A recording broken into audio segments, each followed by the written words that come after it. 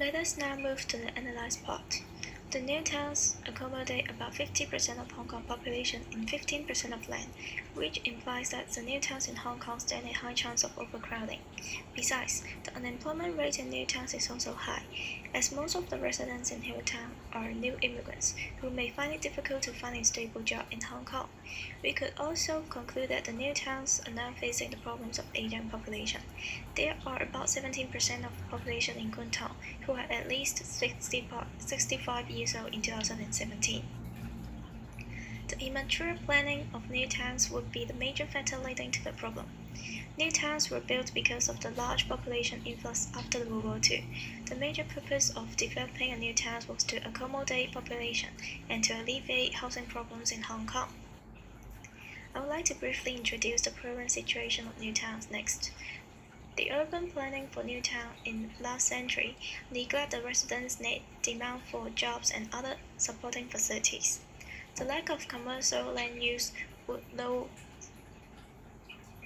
the job opportunity in new towns. The insufficient institutional land use means that it would be more inconvenient for residents to live there. The lack of residential land use would make it harder to promote physical fitness and might lower people's living standards. The insufficient of transportation land use would increase the chance of having traffic congestion in new towns, as there is a large traffic flow going in and out of the new towns every day. The first suggestion would be to redevelop those new towns through changing the land use or reconstructing the pre-existing buildings. This is because the proportion of residential areas is too high in new towns. Trying to strike a balance between the land use proportions might help in lowering the populations in new towns. It is believed that redeveloping the new towns could help in alleviating the overcrowding problems in new town and improving the efficiency and living standards of residents there. The second suggestion would be to increase the job diversification in new towns. The job diversification is low in there. Residents travel to work every day, put pressure on transportation system, and lead to transportation congestion. Allocating more land to other industries, especially the innovative and high-tech industry through government policy, might encourage different industries to settle down. The government could also provide rental and other kinds of subsidies for entrepreneurs to set up their company there. For example, the government could change the land use in Tsuen Wan new towns. The land use there are mostly for industrial and residential purposes. The vacancy rate of industrial buildings there is high, which is a waste of land resources.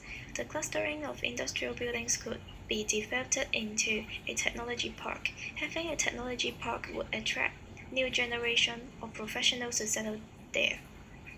This might help in alleviating the problems of aging population and providing more job opportunity there.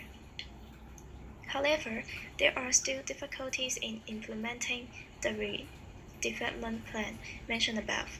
Pollutions associated with construction sites may pose risk on residents' health. Besides, there might be also objections from the Legislative Council because of the high cost, and there might also be objections from the residents as they might not willing to resettle. There are also barriers in increasing the job diversification because the educational level for residents in new towns are relatively lower than the average of Hong Kong. Their competitiveness in the job market is low, which could only occupy those low-skill or low-paid jobs like sales and waiters, etc. Moreover, the quota for a place to provide low-skilled job or low-paid jobs is limited. There might still a significant number of new town citizens who fail to get an in-town job even though the town provides a large variety of jobs. In conclusion, developed new towns might be good to Hong Kong in the past, but obviously it do not fit the nowadays situation anymore. Problems associated with new towns like uneven land use distribution become more and more obvious. both the government and the society need to pay attention to the current situation of new towns and do something before the consequences become uncontrollable. And this is our reference list. Thank you.